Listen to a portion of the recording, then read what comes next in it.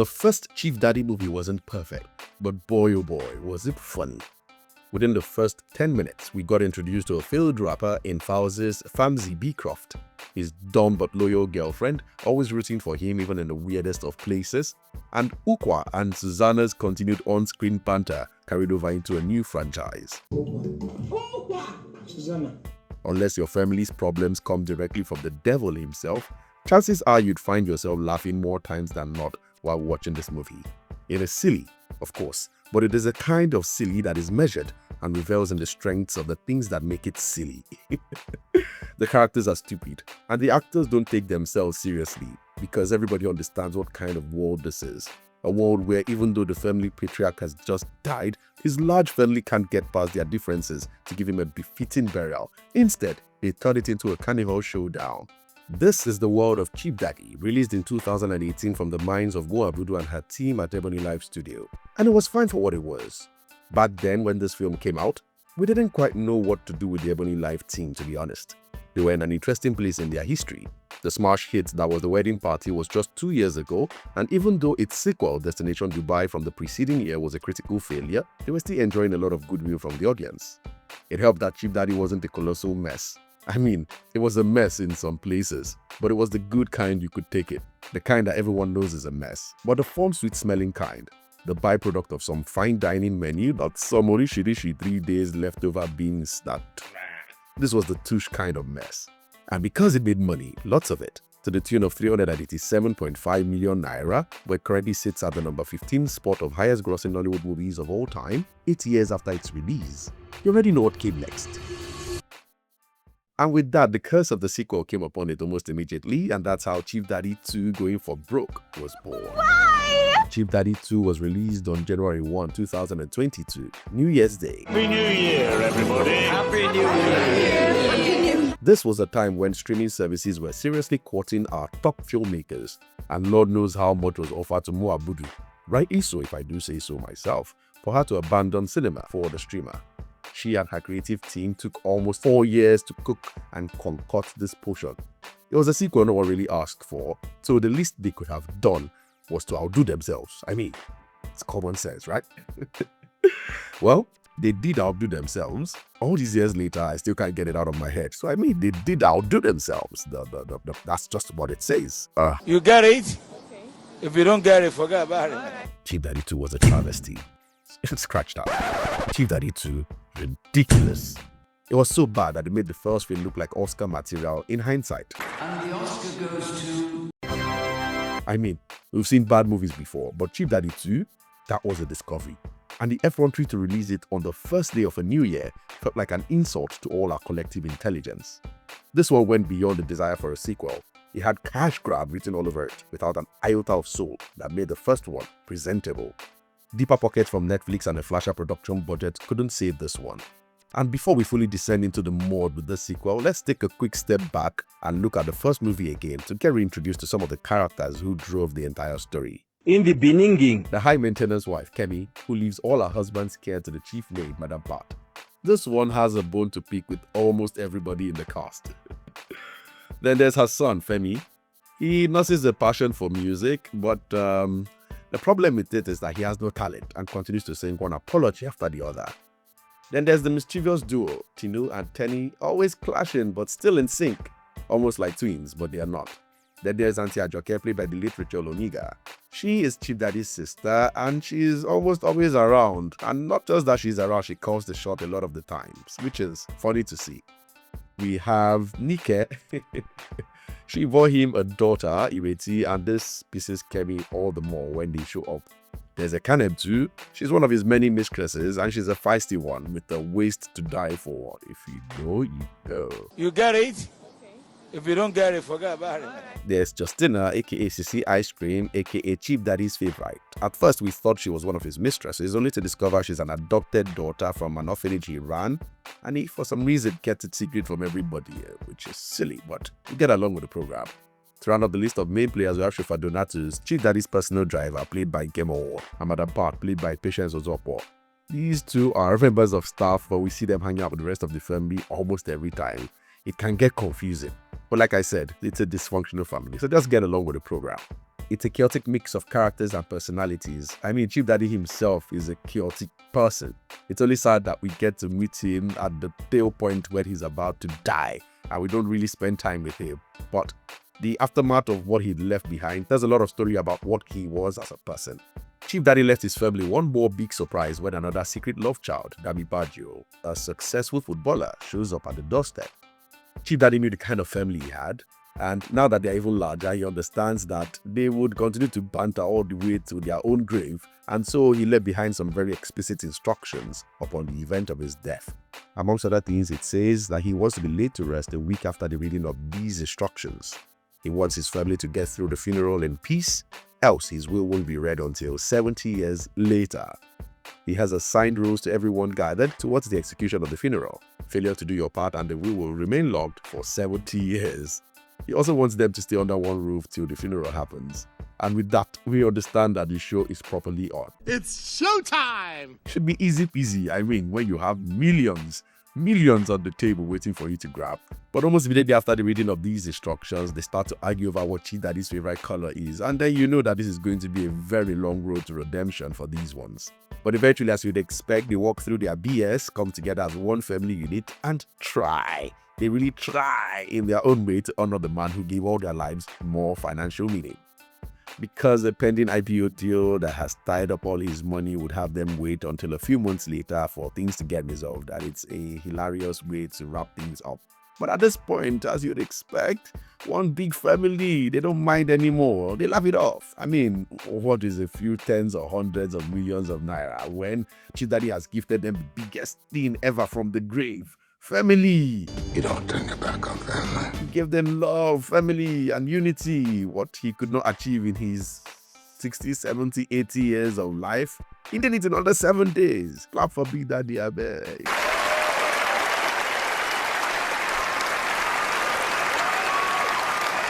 It's an age-long familiar story. People of different temperament and roots, stabbed and forced to work together towards a common goal. But this time, making the unlikeliest family unit that had to get past their selfish desires and do something for a man who had always done everything for them. By the time Chief Daddy 2 Going for Broke came around, none of the little charm or the sense of direction the first movie had could be found in it, even though it picked up right after the cliffhanger ending of the first one. The first one ended with Rahama Sadau showing up at the door and saying nothing but looking ominously at the building. And then the second movie picked up from that and then cut to a shot where her name is Layla is revealed to be the scorned sheep of the family, the one fruit of Chief Daddy's loins that he never publicly claimed. Now she has returned to settle scores with Daddy Dearest from the grave and to show the family he left behind shaggy. It's never really explained how she takes over Beecroft Industries, but she becomes the CEO. That happened, and her first move is to block the rest of the family from receiving their due inheritance. This is the central drama of the sequel. The subtitle says Going for Broke, and long story short, it just shows that the Beecroft family is now broke. They are suffering, even though we don't exactly feel it, but they keep telling us all the time, we are suffering, we don't have money, oh God, hey, Chimo.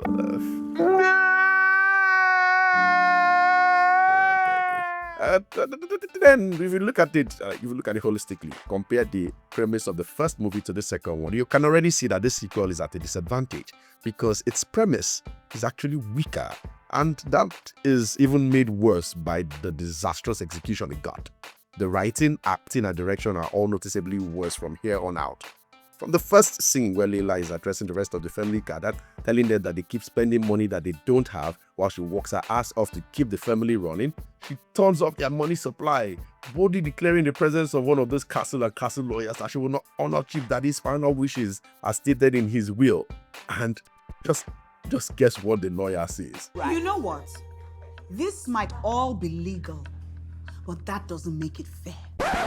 You know what? This might all be legal, but that doesn't make it fair. You know what? This might all be legal, but that doesn't make it fair. Remy Castle has to be one of the worst lawyers in the history of Nigerian film and television. I haven't seen an episode of Castle and Castle, but after seeing how, for lack of a better word, useless she is in the law part of this film, at least the two films, I don't think I want to ever see Castle and Castle or have any dealing with a lawyer like this. Rubbish and ingredient. Nonsense. Errant nonsense. And this is one of the things that just summarizes the problem with Chief Daddy 2 going for broke. It's ridiculous.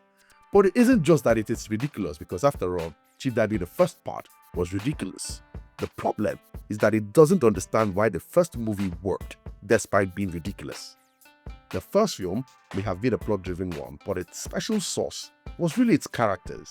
Nobody was showing up to Chief Daddy because they were invested in the intricate details of a billionaire's estate planning. Nobody cared. We showed up because we wanted to spend time with these loud, greedy, unserious people being forced to put aside their differences or lose their inheritance.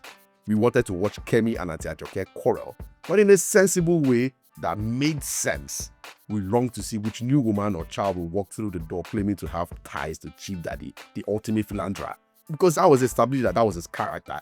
And the way the first movie played it was played out in comedy that made coherent sense within the context of this world. We wanted to watch Famzi fail spectacularly at music while proclaiming he's the one legitimate born son. Silly, stupid, but it worked in the first movie. The whole inheritance drama merely gave these characters an excuse to be trapped together, but it was their chemistry that worked. Chief Daddy 2 looked at all of this and somehow concluded that the inheritance drama was the most interesting part. And let's just double down on the things that we thought worked in the first place. These characters were stupid and people liked them. Let's take the stupidity to a max. 100 of them. Stupidity. But the problem with all of this is that because Chief Daddy 2 gets it wrong, the sequel spends most of its runtime chasing plot and silly subplots that forget to make the characters remotely interesting. Everyone becomes louder, dumber, and caricatures of the caricatures we met in the first movie. The Beecrofts are now broke. Everybody knows that, because Layla wants to suck the life out of them completely. But why? Why is Layla really after them? We're not told. But we're just expected to get on with the program. I mean, we've been doing it since part 1. Go along, come on.